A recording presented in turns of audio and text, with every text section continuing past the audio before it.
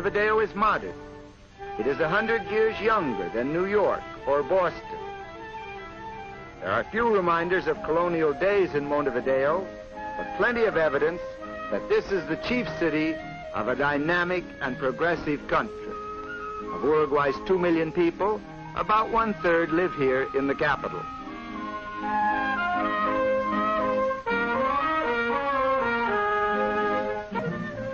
The state-controlled school system reaches every child, even those in the rural areas.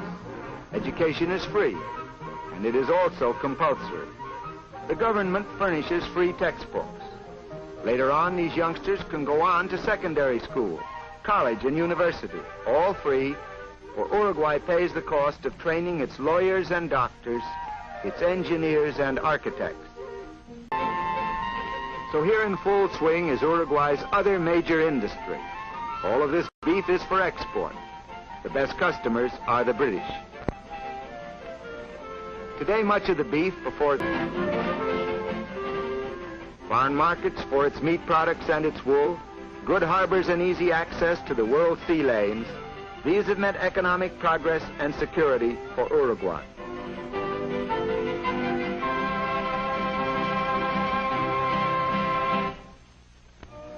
Uruguay's beaches are among the finest in South America.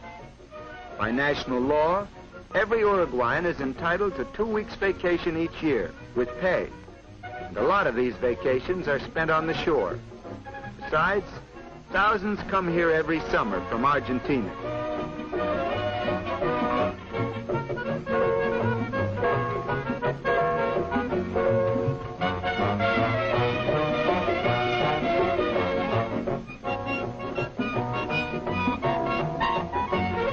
A fine one built with public funds. Casinos and the lotteries helped in raising those funds. Here the poor receive free medical care, including the services of doctors and dentists.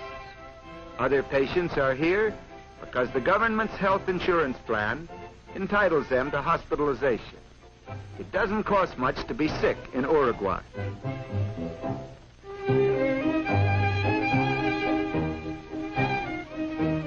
State-owned banks control all banking throughout the country.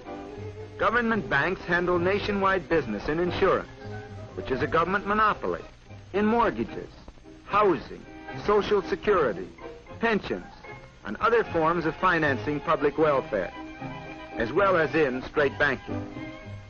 The whole system, utopian though it is taken for granted by the Uruguayans. Very few people are rich, very few are poor. There is little unemployment, and anybody can retire at 60 with a pension. A state-owned theater, a state-owned hotel, the headquarters of the government's unemployment insurance and pension administration.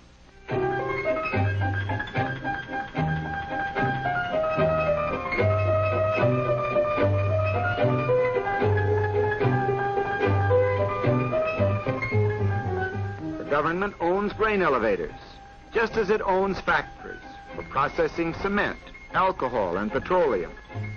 A citizen is free to go into business. The government will help him. And in many cases, the government will compete with him too.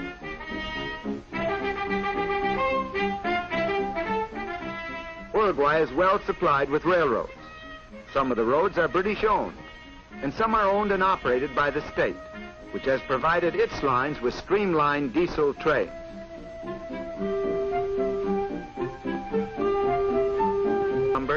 When more motive power is available.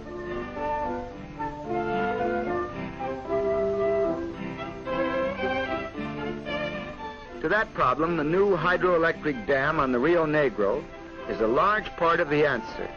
The new dam, financed by the government, was started by German engineers using German equipment.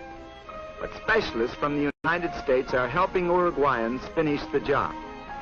Even with increased electrical power, Uruguay is not likely to become a manufacturing country on a large scale.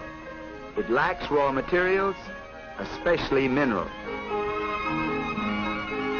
Stadium in Montevideo is a particularly good one. The brand of soccer played in the stadium is particularly good too. The Uruguayans just naturally take to this game. In 1924 at Paris, and again in 1928 at Amsterdam, they won the Olympic Soccer Championship. The stadium seats 80,000. That leaves only about 2 million Uruguayans outside, doing something else. The fundamental and important reason for that feeling is that Uruguay has a large middle class.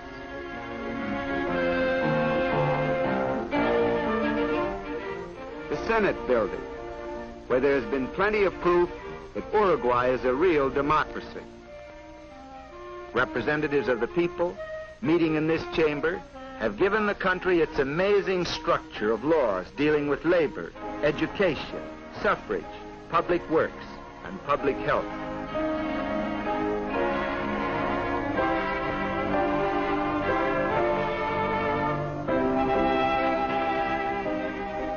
Note that some of the senators are women.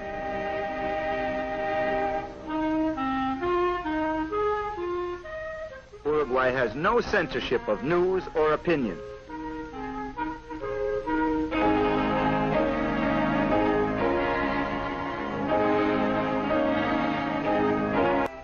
It is an outstandingly progressive and democratic land, and Montevideo is indeed a handsome capital. But in spite of modern skyscrapers and magnificent boulevards, Uruguayans know that the strength of their country has its roots in the soil and pastures of the interior.